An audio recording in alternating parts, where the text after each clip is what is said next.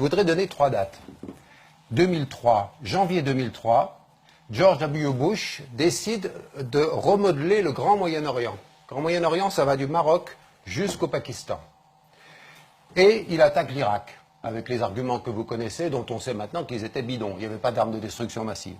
2006, 19 décembre 2006, Time Magazine, qui n'est pas un journal pro-russe, à ma connaissance, publie un rapport secret sur la Syrie dans le viseur de Bush. 2006, c'est-à-dire 5 ans avant les printemps arabes. Et il est expliqué comment et pourquoi le gouvernement des États-Unis va soutenir les opposants et renverser le gouvernement d'Assad.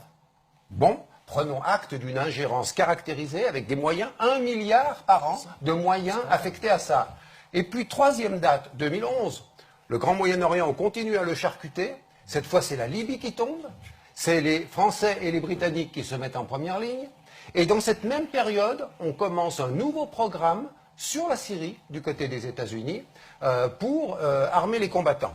Voilà quand même des choses qui doivent être rappelées, parce que ce n'est pas seulement Poutine qui est dans cette affaire. Poutine, il est arrivé après, bien après, sauf qu'il avait une balle à Tartous depuis les années 70. Voilà, je crois vous nous dites les grands méchants, dans le fond, ce sont les États-Unis. Je dis que les Américains ont un plan qui a été de remodeler le Grand Moyen-Orient. Je n'ai pas entendu une seule fois ce mot dans les commentateurs depuis des mois sur cette question-là.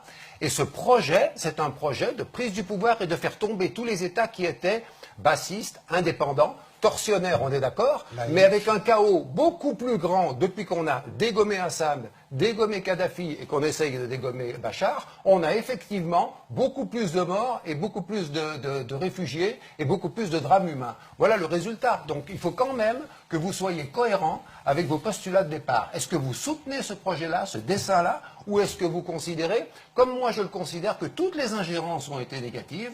Et quand j'ai entendu le président Hollande se vanter dans un livre qui a été écrit par un journaliste français d'avoir contourné l'embargo de l'Union européenne qui interdisait de livrer des armes, je ne sais pas si c'est vraiment les meilleures choses qu'on ait trouvé à faire pour calmer le conflit. Voilà quelques éléments qu'il faut livrer. Ce n'est pas que les Américains, c'est les Français, c'est les Britanniques. Je le disais dans